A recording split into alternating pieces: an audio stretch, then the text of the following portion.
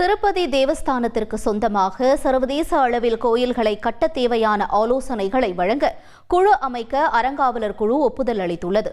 திருப்பதி மலையில் நடைபெற்ற திருப்பதி தேவஸ்தான அறங்காவலர் குழு கூட்டத்தில் பல்வேறு முக்கிய தீர்மானங்கள் நிறைவேற்றப்பட்டன.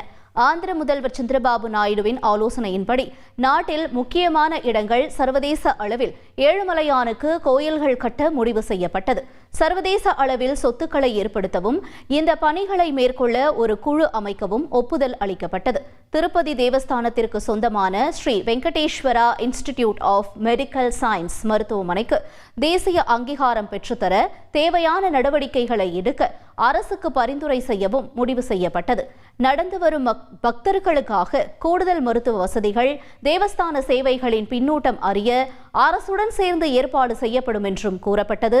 காஞ்சி காமகோடி பீடம் திருப்பதியில் நடத்தி வரும் பாரம்பரிய பள்ளிக்கு 2 கோடி ரூபாய் நிதி ஒதுக்கீடு, தேவஸ்தான சுகாதாரத்துறையில் உணவு பாதுகாப்பு அதிகாரி நியமனத்திற்கும் தீர்மானங்கள் நிறைவேற்றப்பட்டன.